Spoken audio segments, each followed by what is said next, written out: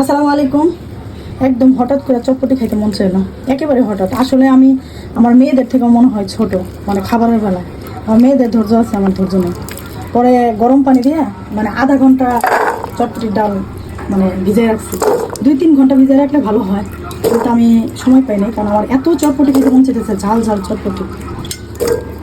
আমি চটপটি ডালের ভিতরে এখন দিয়ে দিলাম হচ্ছে লবণ পরিমাণ মতো, আর একটু হলুদ কালারের জন্য।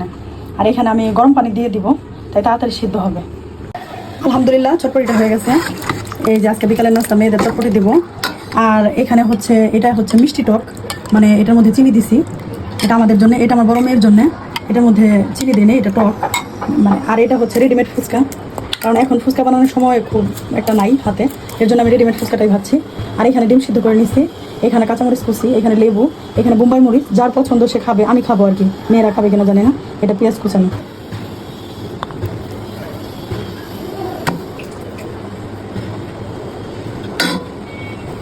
আমার ছোটো মেয়েটা বেশি পেঁয়াজ খায় না, এর জন্য অল্প দিতে বললো, এর জন্য অল্প দিলাম। এটা ছোটো মেয়ের জন্যই করতেছি। তুমি কি বোম্বাই মরিচ খাবা একটু? হ্যাঁ। এই যে অল্প একটু দিলাম, তোমার সাহস আছে। একটু কাঁচামরিচ দিলাম, বেশি হয়ে গেছে একটু। আবার ফুচকাটা বেশি খায়।